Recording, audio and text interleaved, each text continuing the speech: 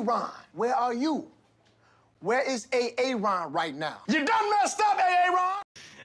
Ron is back with a little more SPTV this evening. I have with me special guest. Here we go. Let me see if I can get this right.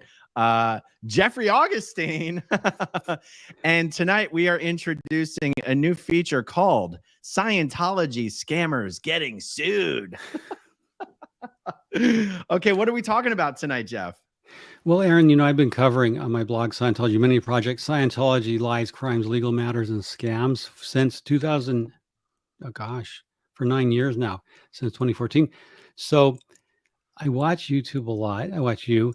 And Jerry Seinfeld has a great show called Comedians in Cars Getting Coffee.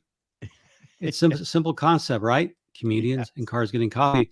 So my new feature is called Scientology Scammers Getting Sued. And on our, because there's so many stories, it goes on all the time, and it's going to be a recurring feature.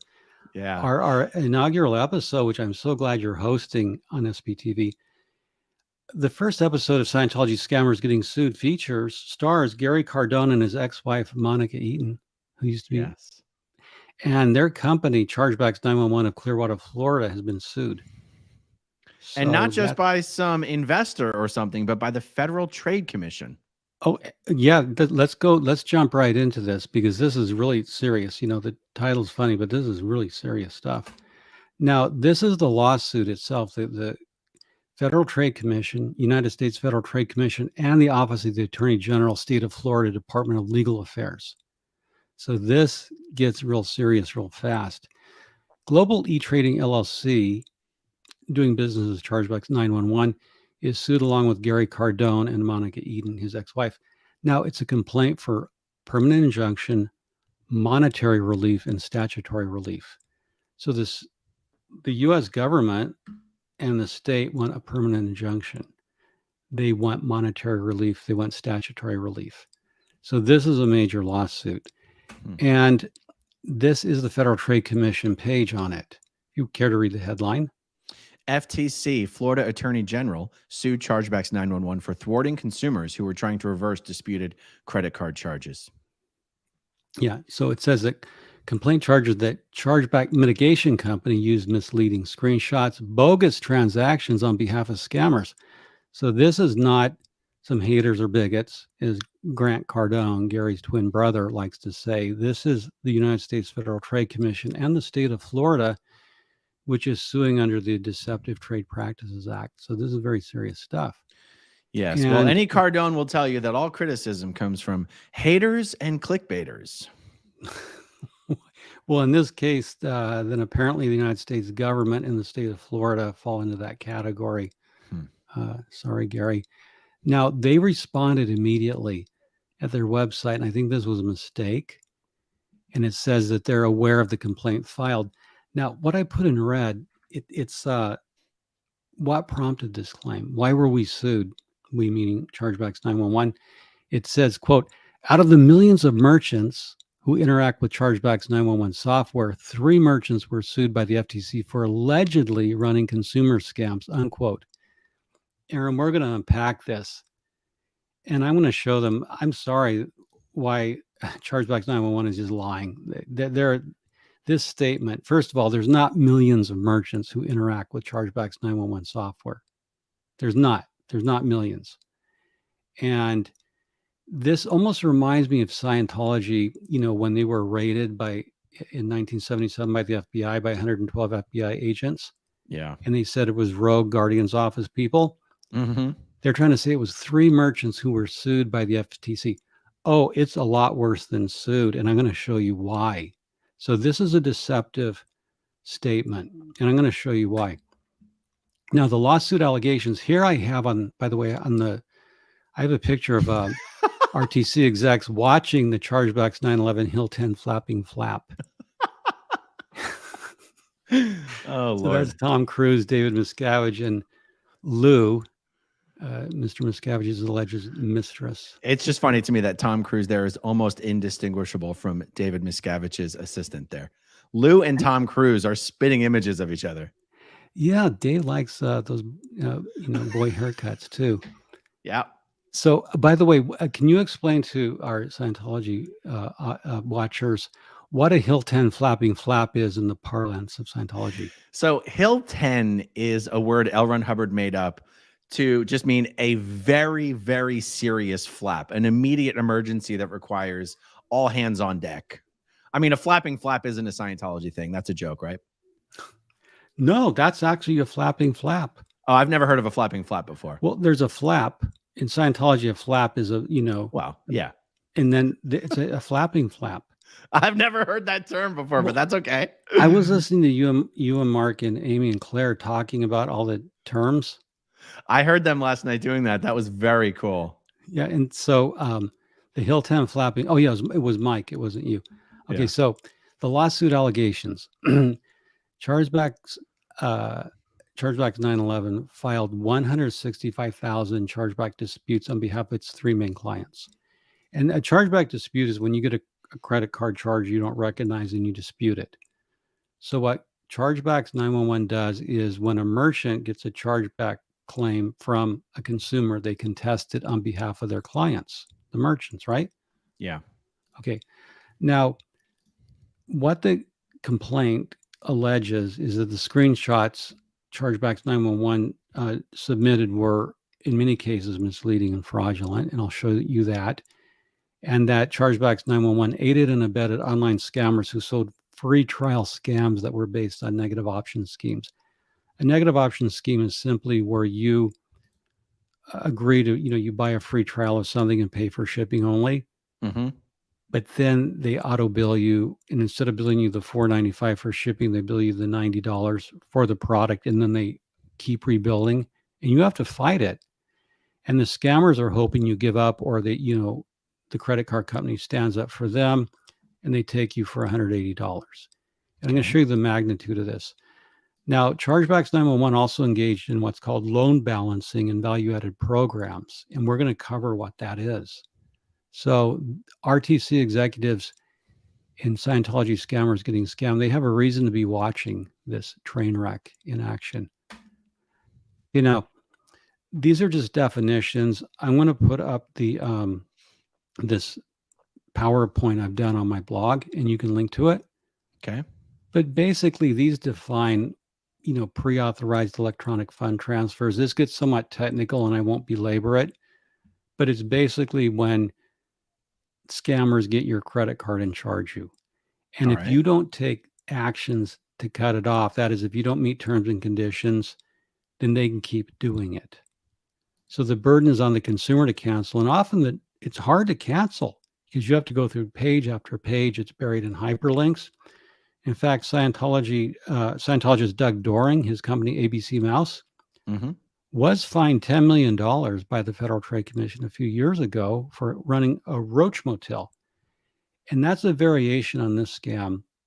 A roach motel is when you give your credit card to a company and the credit card can go in, but it can never get out, like the roach motel, right? Right. So this is Doug Doring's ABC Mouse was another example of Scientology scammers getting sued. And he paid $10 million, and he wasn't going to fight that.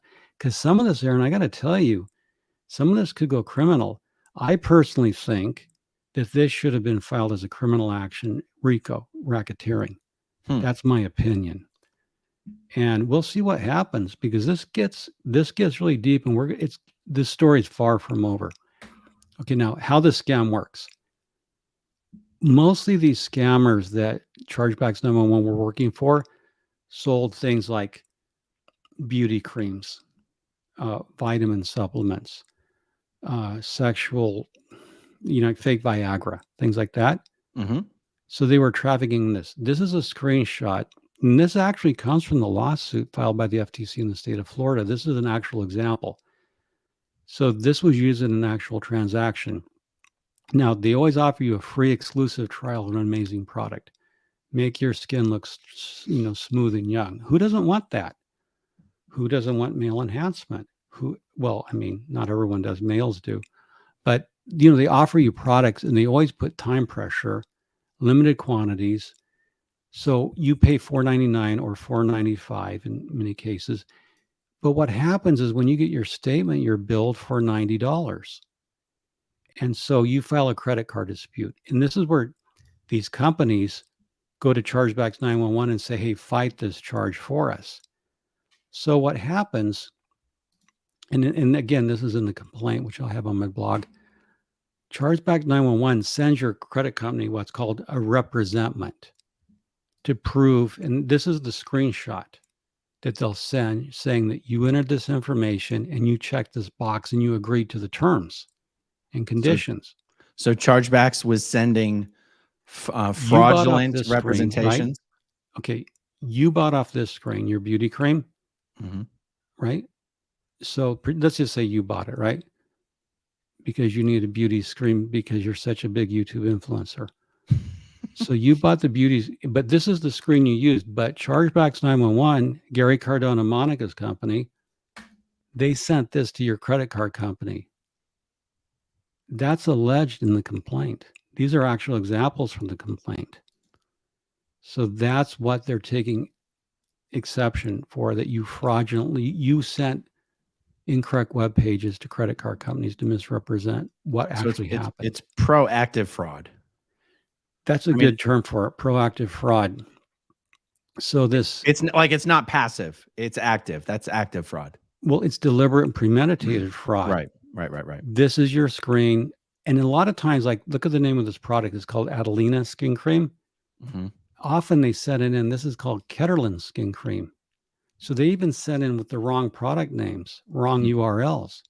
Amazing. They knew what they were doing. Okay. Now, these are the three companies, and I want to show you the size and scope of the fraud of what we're really talking about to get very serious. Media Group and Zanello. These are the three major Chargebacks 911 clients who were not just sued. You'll see it gets worse. They filed 77,000 chargeback disputes for them. Apex Capital, 47,000 disputes. And F9 Advertising, 41,000. So total disputes that Chargebacks 911 made on behalf of scammers were 165,000 disputes. So the number, what does that translate to in dollars? Well, let's go through it. Now, Apex Capital, Chargebacks 911, one of their big customers, they actually entered into a stipulated order for a permanent injunction and monetary judgment. So they weren't just sued, they actually settled with the Federal Trade Commission. That's why Chargebacks 911, their statement saying they were sued, no, they were sued and then they settled for monetary judgments. So this is actually off the court document. Now, one of the charges in the FTC complaint, and this is how the scam worked, Apex created 32 limited liability companies in Wyoming, 37 in the United Kingdom. So they had all these websites linked to all these different companies. Wow. And that's how big it was. So in this case, there are, what's that number add up to? 69 fake companies that they could switch around with. And see, this is the thing. Chargebacks 911, because they were handling the disputes for them, they knew that the same owners had 69 fake companies. So they were complicit in it, Aaron. Right. You have to know if you're doing business, you know all the companies. And in some cases, look at this top statement. Defendants formed at least 32 limited liability companies in Wyoming. These companies allegedly had no employees, did not conduct business, and were formed solely to obtain merchant accounts used to accept consumers' credit and debit card payments. Wow. It was just a credit card harvesting scheme. You know, the Sea Org doesn't legally exist. I showed that on my blog years ago, right? Yeah. And it almost sounds like the Sea Org. We don't have any employees. We don't conduct business. So what Gary Cardone and Monica Eaton Cardone knew is that these companies existed just to get merchant accounts so they could charge credit cards. Right. And the goal, as we talked about before the show, you want to keep your chargeback rates below 1%. And I did check that number, Aaron. You know, we had talked about this. Yeah. So the goal of Chargebacks 911 was to keep all these merchant accounts for their scammy clients below 1% chargeback rate. Right. One reason they needed so many merchant accounts is if one got canceled, they would have, 38 to fall back on in the US. So you can see, and these companies were all owned by the same people. Now, I put this out for, these are actually from the settlement agreement for Apex. These are the actual companies that Apex created in Wyoming, which you can have anonymous registration in Wyoming. Wyoming is quickly becoming a money laundering capital in the US because you can register anonymous corporations. You can't find out, who actually owns the corporation. That's Wyoming is becoming a tax haven, and it's a money laundering hub. Wow. So these are their Wyoming and UK companies. Now, the point is, again, I emphasize it, Chargebacks 911 knew of the existence of all these companies and that they had a common ownership. So they were in on it. That's the allegation. Now, I want to add on this slide, you see all the companies, correct? Mm-hmm. These are all the bank accounts they had.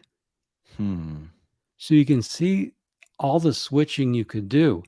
If you have, 69 companies and 29 bank accounts, you can run the permutation. Someone listening right now in the stream could run, who's mathematical, could run the permutations. You have over 1,200 permutations.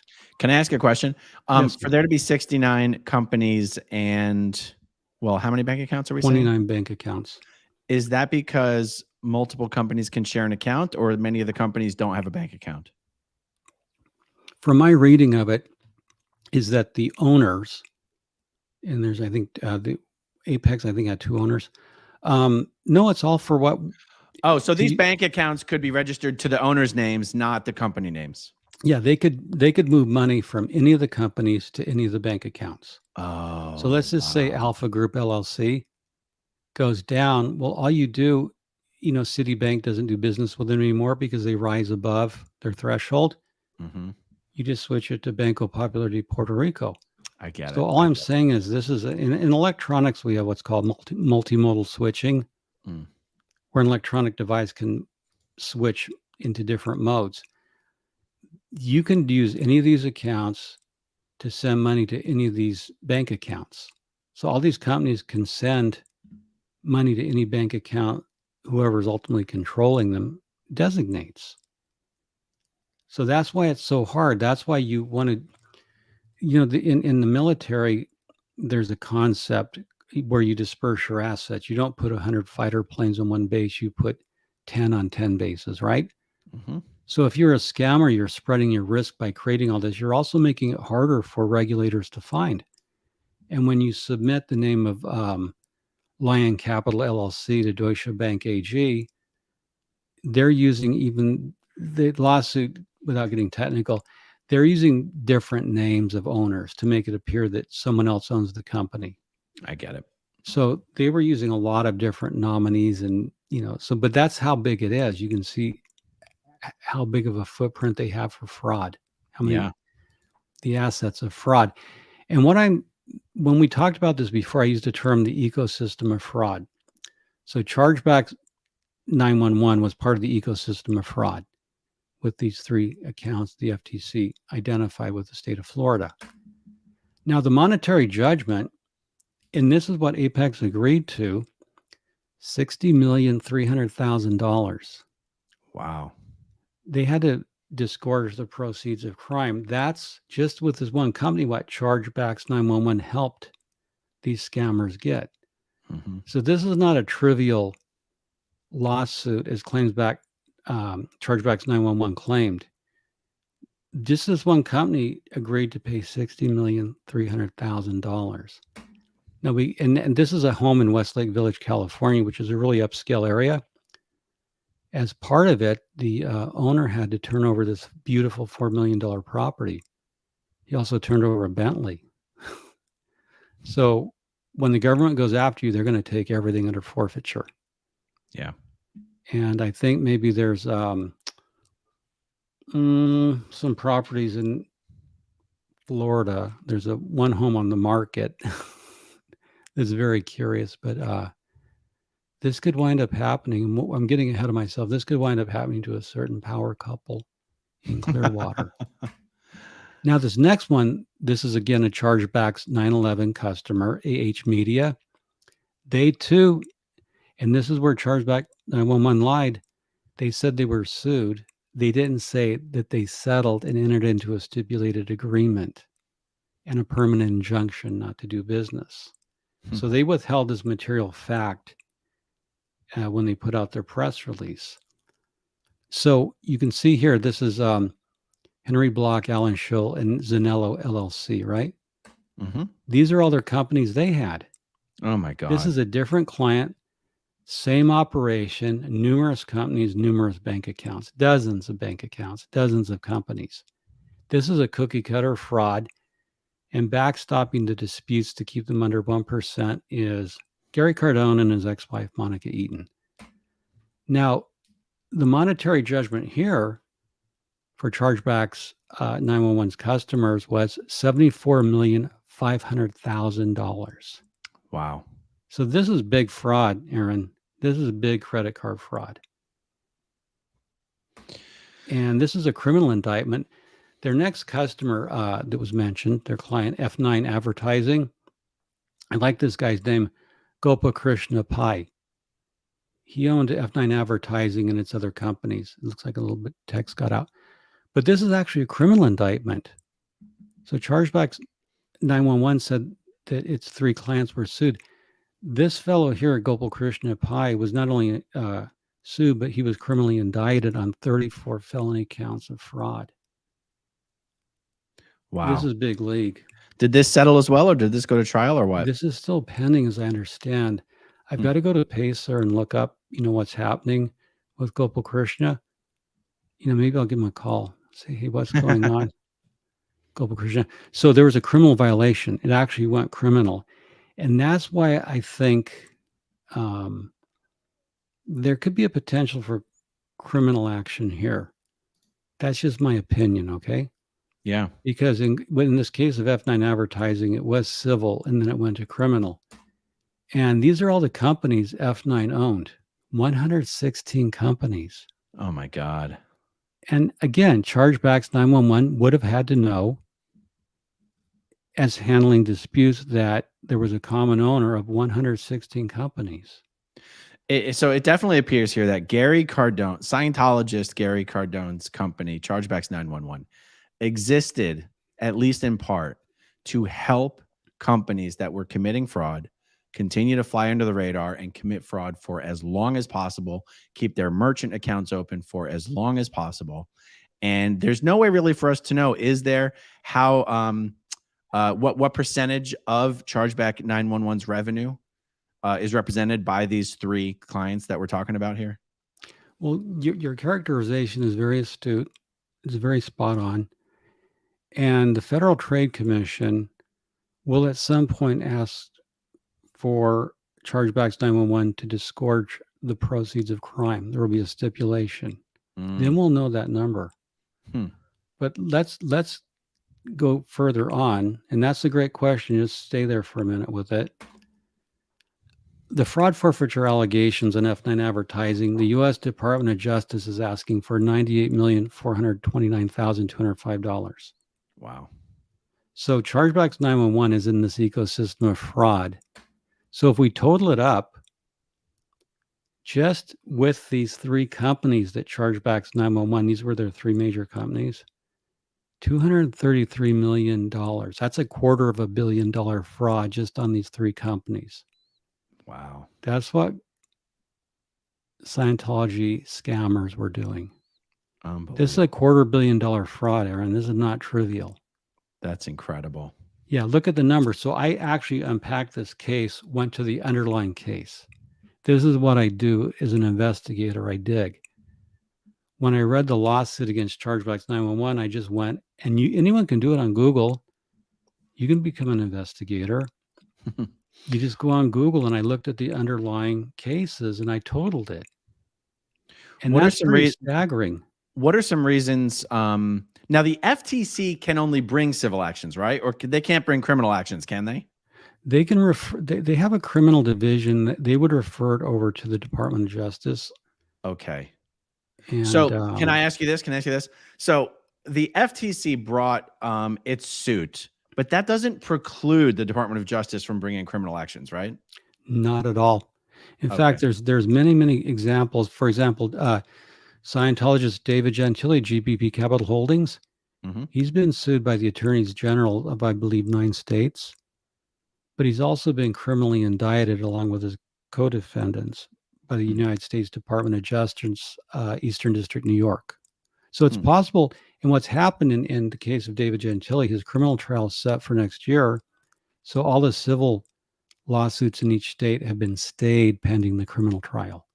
Can I ask you this, Jeff? In the David Gentili matter, which came first, the FTC action, or I'm sorry, the lawsuits or the criminal charges? The lawsuits came first. In particular, the Commonwealth of Massachusetts was the first to sue. Okay. And then other states' attorney general followed. The FBI raided his offices in 2019.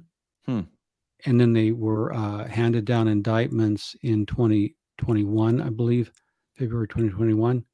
But because in the raids, they had to seize hundreds of thousands of documents. They seized, they raided his office in Long Island, and he had a waste management component. Uh-oh, Jeff, I just lost you.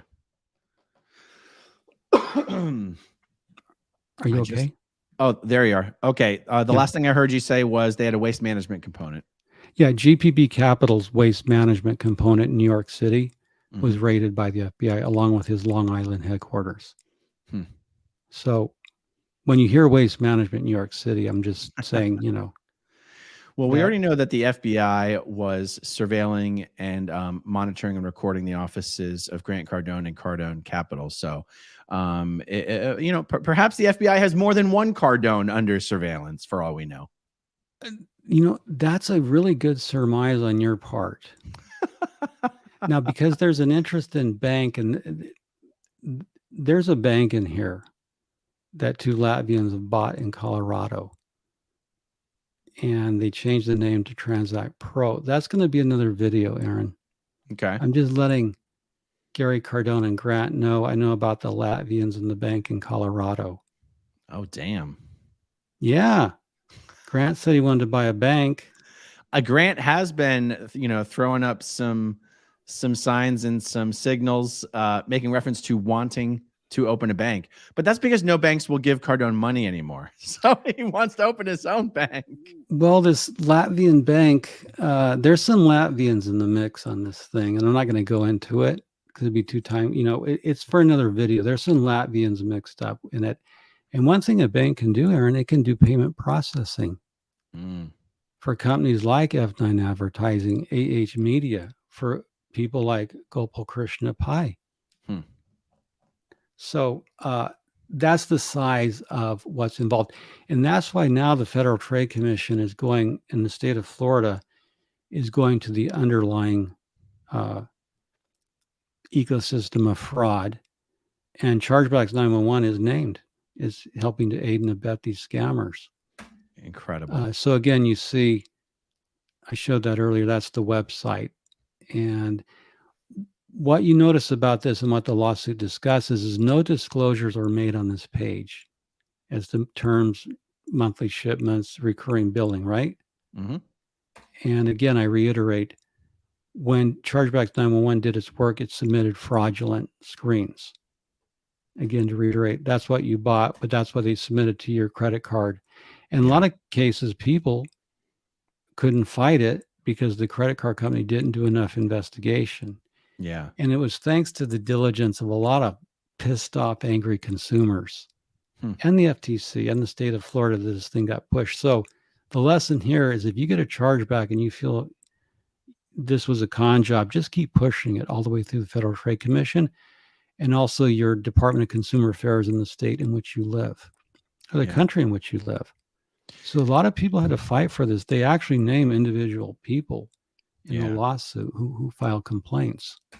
Jeff, let me tell the people a little bit about VAP, unless that comes up later. Yeah.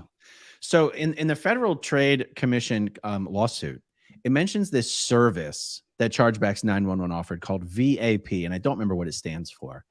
But remember that Chargebacks 911, their goal is to help these companies that are committing fraud keep their chargebacks below 1% of total transactions.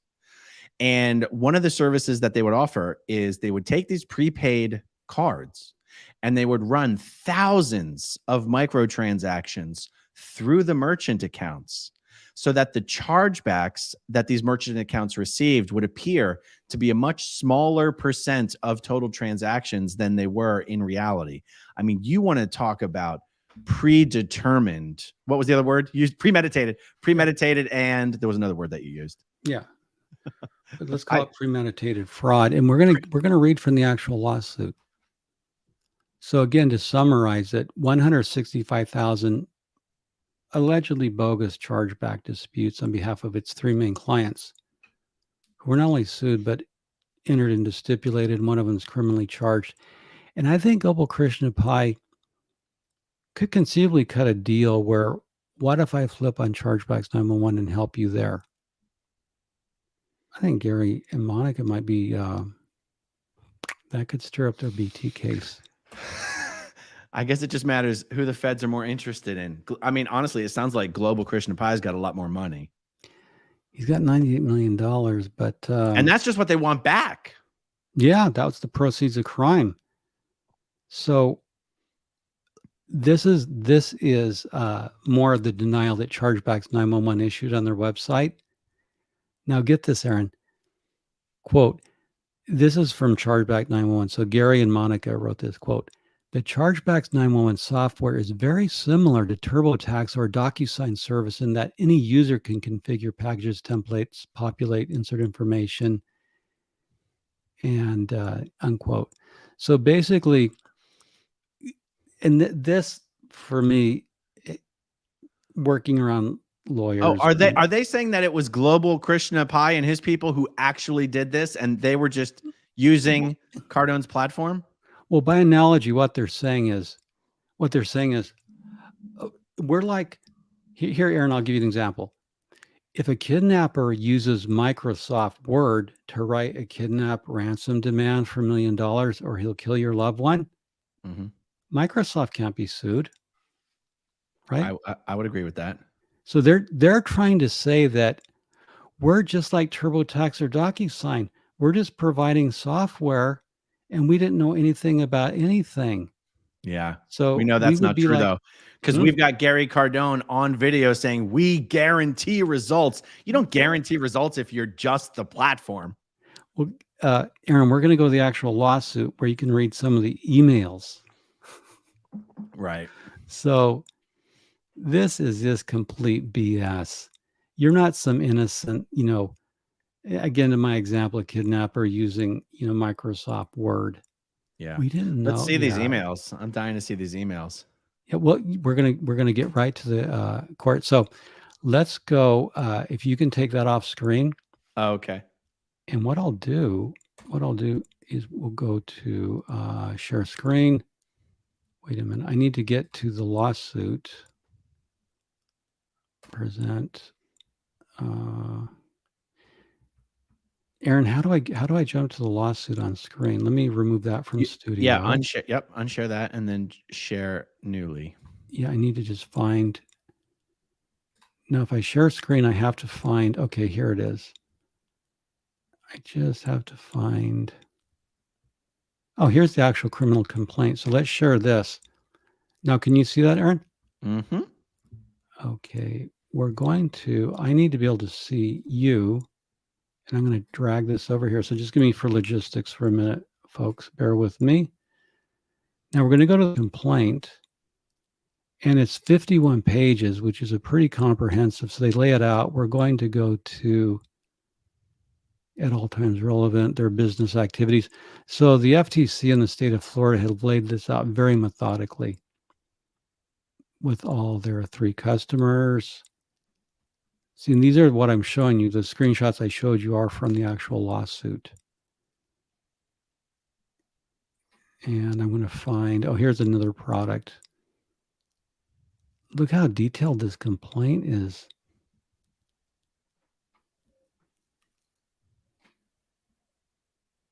Which part are we looking for? We're going to get to, remember the emails we looked at? Yeah.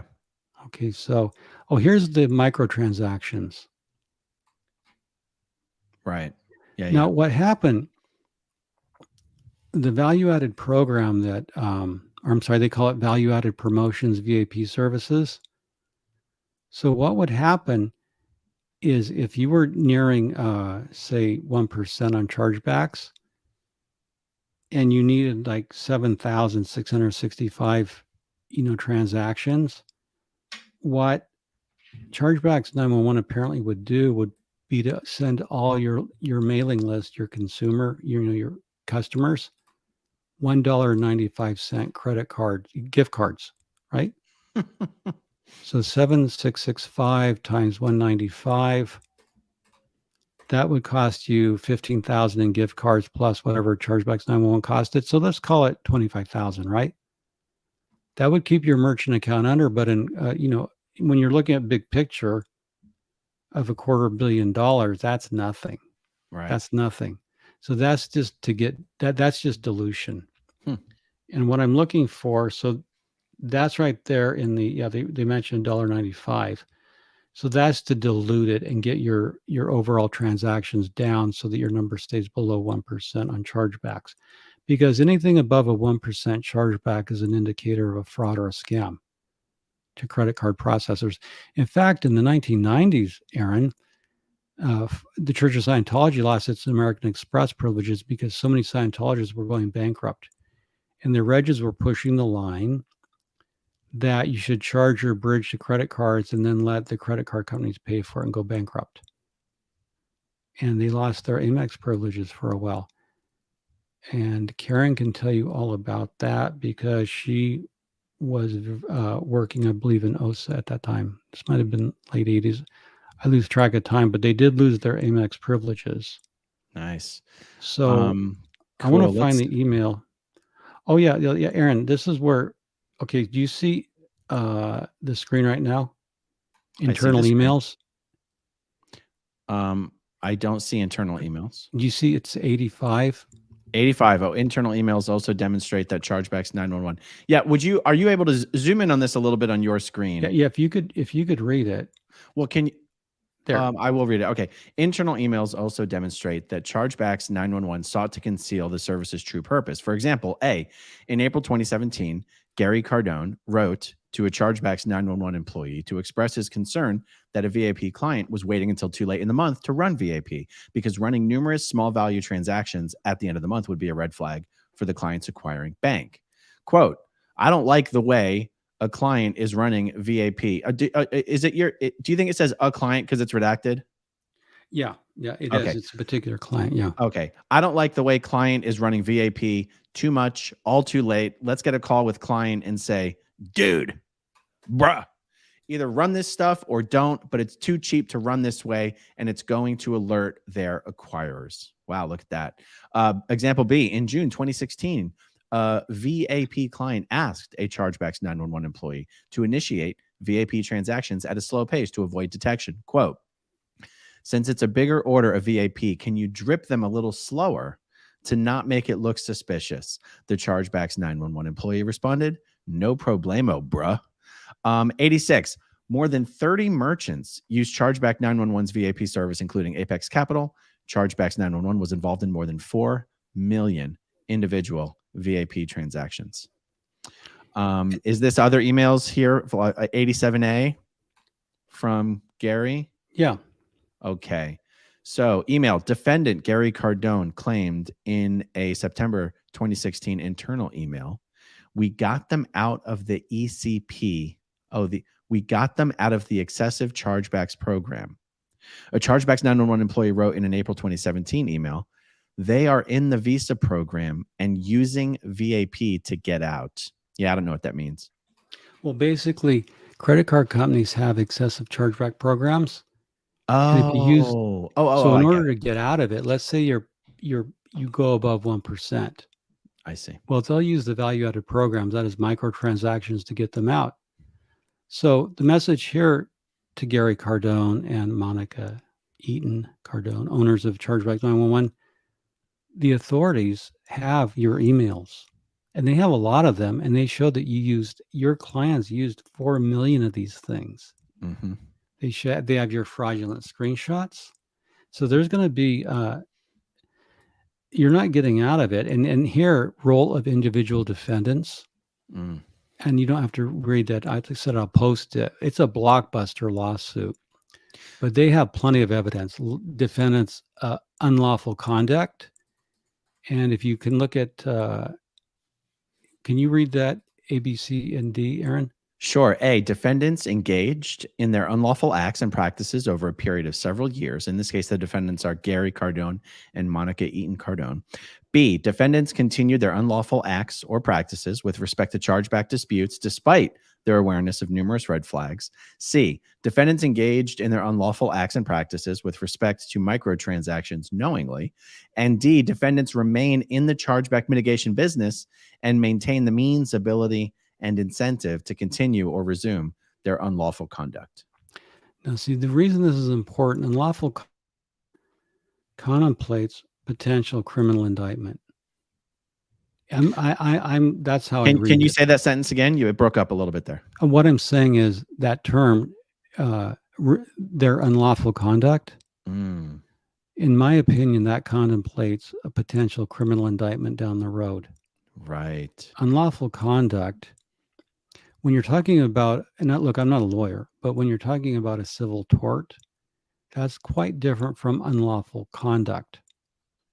So that's why I'm thinking this could go criminal, because they have emails, they have internal emails, they have evidence, they have Global Krishna Pai criminally indicted. This thing's not looking good.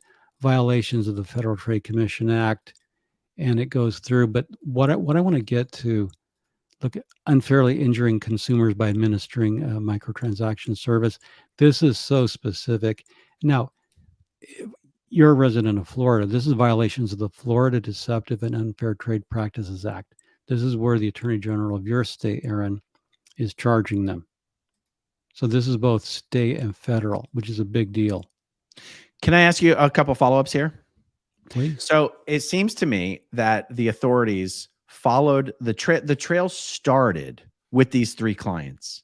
The trail led to Chargebacks 911.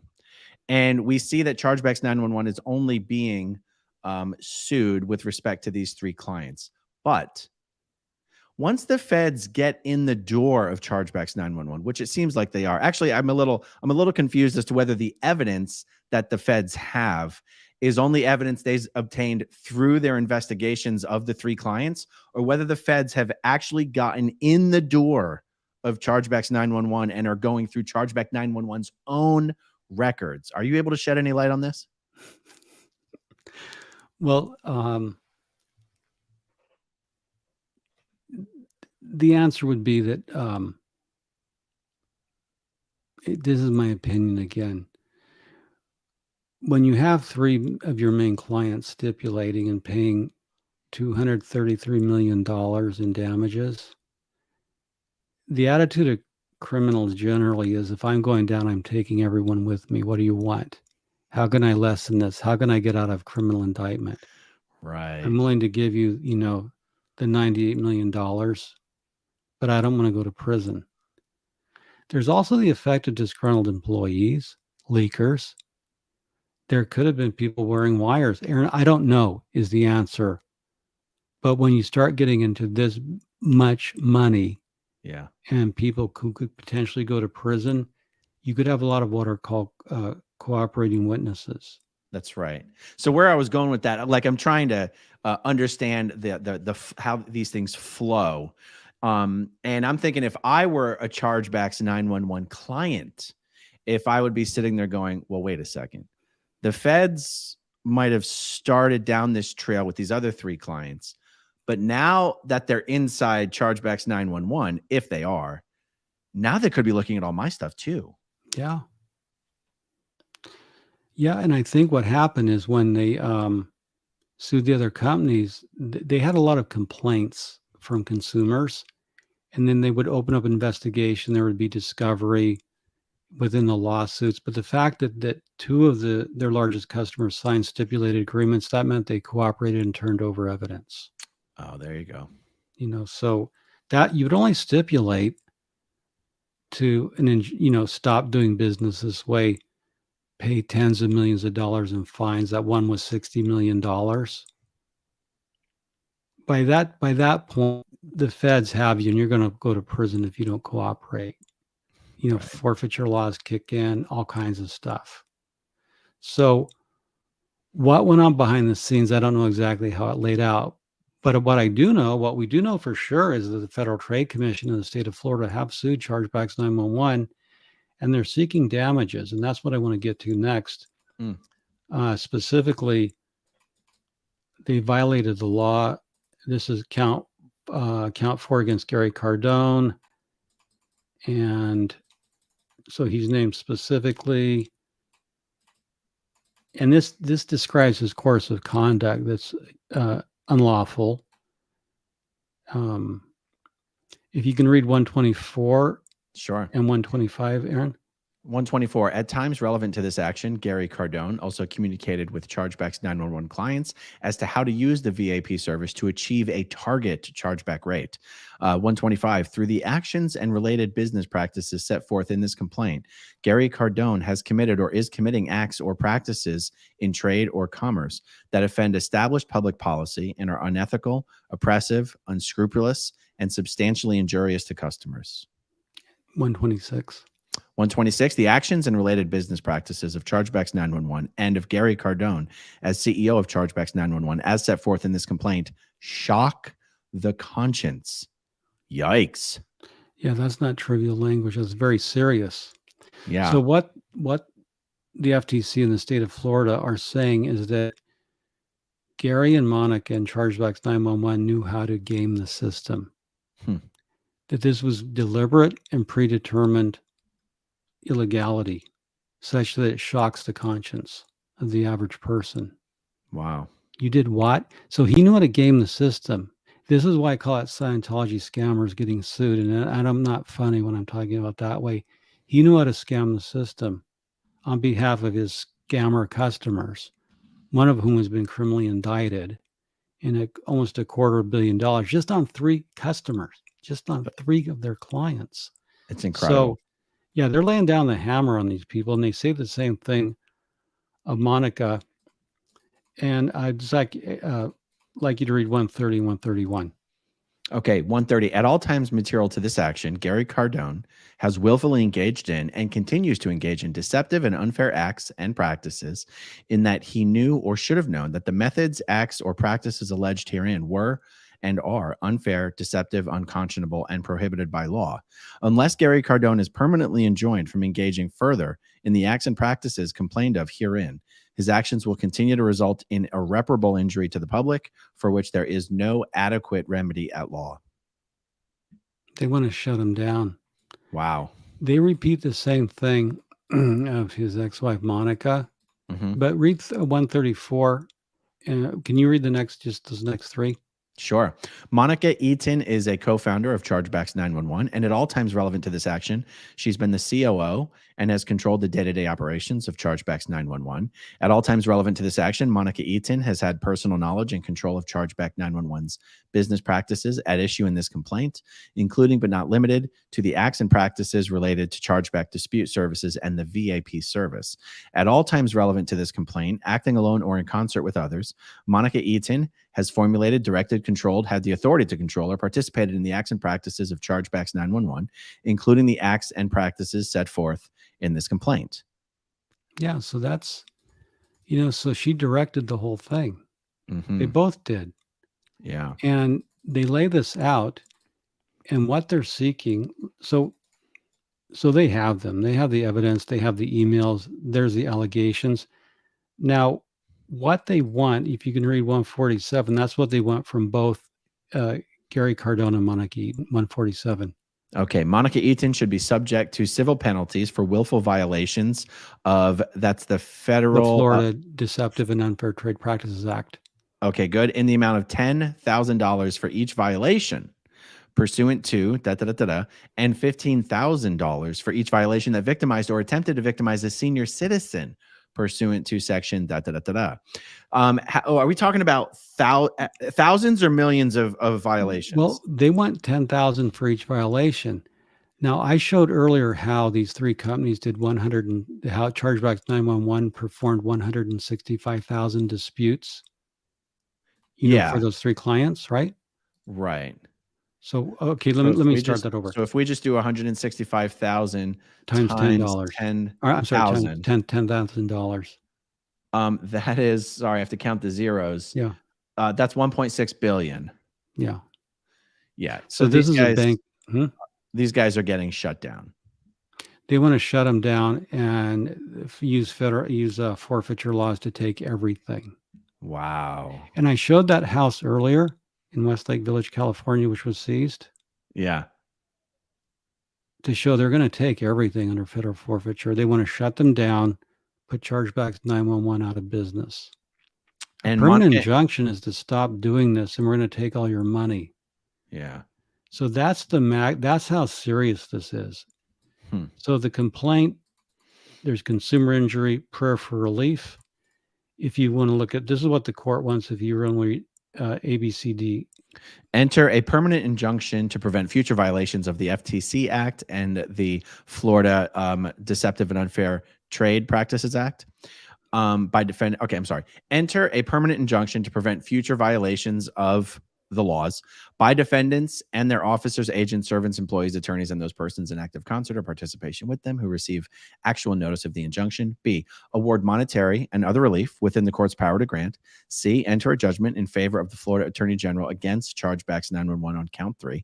D, enter a judgment in favor of the Florida Attorney General against Gary Cardone on count 4. Yeah. And also enter a judgment against Monica Eaton. Right. So you froze up on me there, Jeff. am I back? There you are. Go ahead. Okay. Go ahead. Okay. So yeah, they're going after, this is a bankrupting legal case that could potentially turn criminal. Yeah. And that's the evidence. So here on SPTV, we're presenting actual evidence from legal documents. Yeah. And that's why I said that Chargebacks 911 statement that, 3 of our clients were sued by the FTC. They don't mention that it was $233 million in damages. And they try to say that we're like, my analogy, a kidnapper using Microsoft Word to write a ransom note. We're not liable. Oh, I could use very strong language for that. Yeah. We call it what it is, but I'm not going to. Yeah.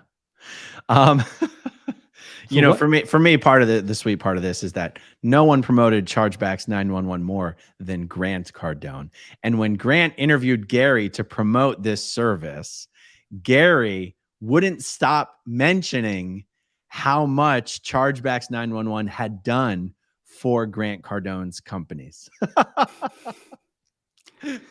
There's just no way this company wasn't created to help Cardone Enterprises commit fraud. That's my opinion. Well, that's my opinion. And then when Gary saw the getting was good, he expanded out to people like Gopal Krishna Pai. 100%, because Grant Cardone was promoting this company 7 years ago. So, and he may have some ownership in it. I have to dig down into that to see if he's just a client. So there's going to be some forensic accounting. There's already been some forensic accounting done, some evidence, some emails. They have a great deal of material on this company to file a lawsuit. Now, my question to you, Aaron, you're David Miscavige. This has come to your attention. It's a monster lawsuit. Yeah. What happens inside the church? For example, my question, is Gary Cardone and Monica Eaton, are they taking off services at Flag? 100%. What happens inside the church? Walk me through that. I'm really curious. Well, the fact that it's not criminal at this point means it's possible they would not be barred from Flag yet. But if they are engaged, if they are under if they are indicted, Scientology is going to say, stay the hell away. Go handle your business. Come back when you're no longer possibly going to prison. If it's just a suit and it can be resolved with a financial settlement, this is one of those things where the church doesn't want to know too much. They don't want to know too much. And that's sort of how they've been treating a lot of these things, especially these things that pose potentially a financial threat to Scientology. Is we don't want to put anything in writing. So don't sec check them on this. Don't write reports on it. Just handle it in conversations. Don't put anything in writing. This is what happened when the whole credit card fraud stuff blew up in Scientology, is the registrars were being sec checked, and that, per policy and per the tech, the sec checker was writing reports on everything that came up. And then once these reports started hitting the desks of Office of Special Affairs, they said, stop putting this in writing. Stop. No more sessions. No one's going in session.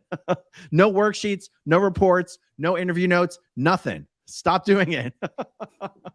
Now, whatever the Cardones are doing over there in Chargebacks 911 doesn't directly incriminate Scientology itself. No, it doesn't. So they might be a little more lenient on this. But if this goes criminal, then they're not welcome on the base for sure. Yeah, and it's true that this has nothing to do with the Church of Scientology. However, as I open the show, it's Scientologists getting sued for scams. So there's a pattern of,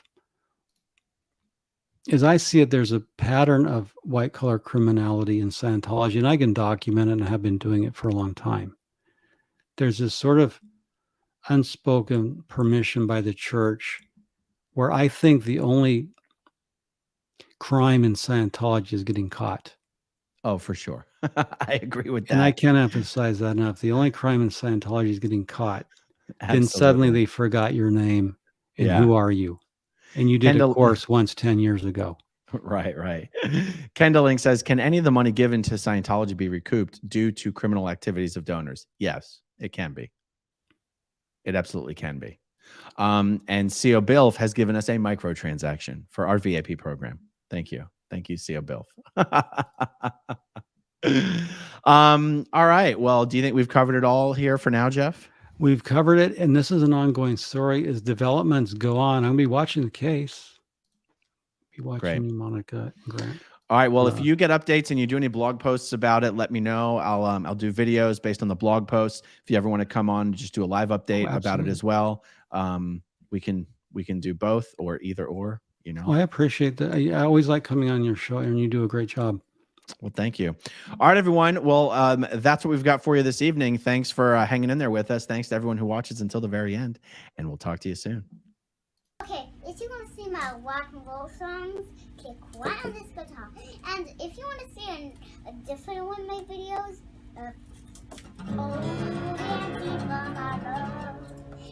then you could click right inside here. If you have subscribed or not, subscribe